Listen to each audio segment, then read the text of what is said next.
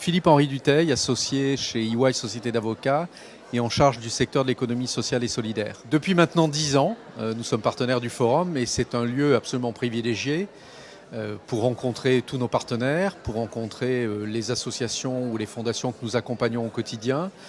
Et puis c'est un lieu de passage qui fait qu'on échange avec les ateliers, les conférences, avec des points de vue différents et on sort beaucoup plus rempli au bout d'une journée. Aujourd'hui, on assiste en effet à une forme nouvelle de montée en puissance de la générosité du public et du don des particuliers.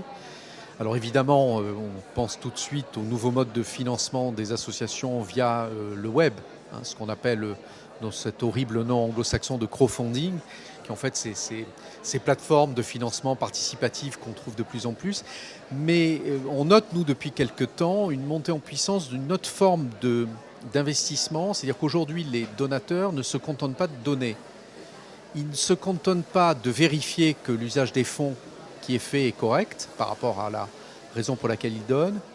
Ils ne sont plus dans l'optique de vérifier que l'association fonctionne correctement et que l'argent va être correctement utilisé. On est sur une nouvelle génération de comportements où maintenant les donateurs attendent que les associations, ces agents sociaux qui sont sur le terrain économique ou sur le terrain social, justifient de leur impact vis-à-vis de la société, ce qu'on appelle l'impact social. C'est-à-dire qu'on n'est plus sur un retour de justification de l'utilisation de mon argent, mais justifiez-moi, au-delà de l'utilisation de mon argent, justifiez-moi que l'utilité de votre association a un impact sur l'environnement sociétal. Donc on est vraiment là sur une révolution des mentalités qui est absolument phénoménale et qui est en train de nous apporter sur des rives qu'on ne connaît pas encore complètement. Alors il y a toute une série d'outils dont un des plus prégnants aujourd'hui est l'évaluation.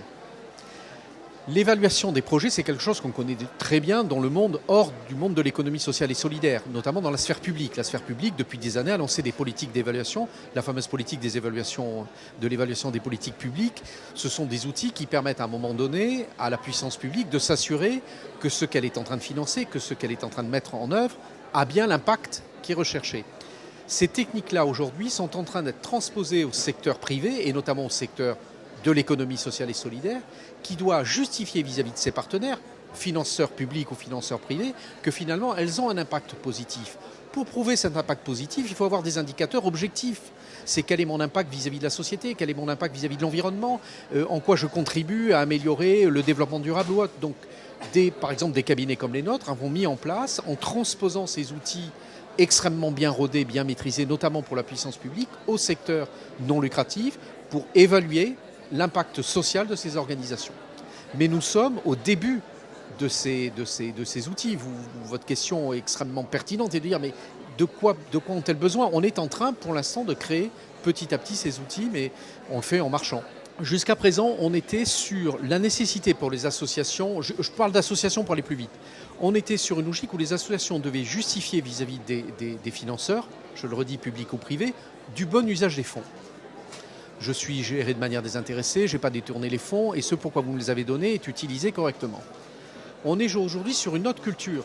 C'est non seulement j'ai toujours besoin de justifier vis-à-vis des financeurs privés ou publics du bon usage de mes fonds, mais ce qui est maintenant demandé aux associations, un peu similaire à ce qui est demandé aujourd'hui aux entreprises commerciales.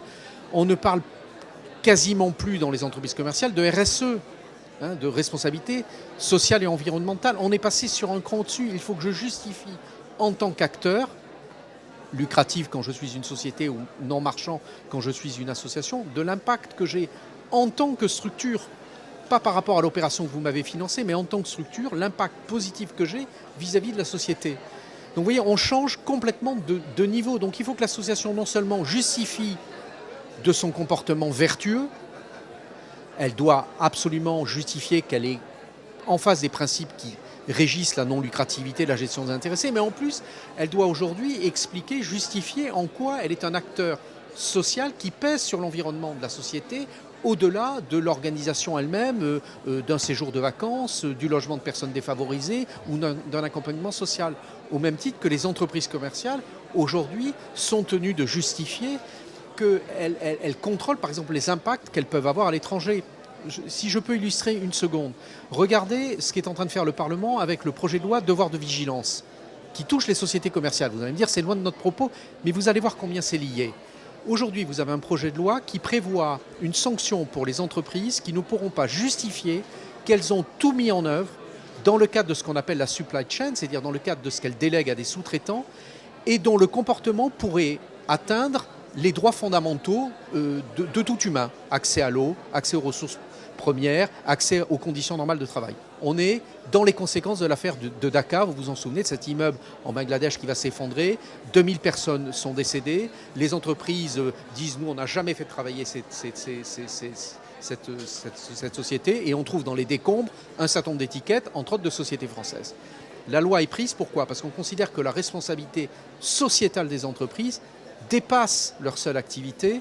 On est maintenant sur une entreprise qui doit s'assurer qu'à l'étranger, je n'empêche pas tel ou tel village indien d'avoir accès à l'eau ou d'avoir accès aux ressources premières. On est sur cette logique-là. Pourquoi je donne cet exemple? Il est illustratif de la manière dont on est en train petit à petit de glisser, et les associations vont se trouver confrontées à ce même défi, arriver à justifier en tant que structure qu'elles ont des conséquences positives structurellement sur l'environnement.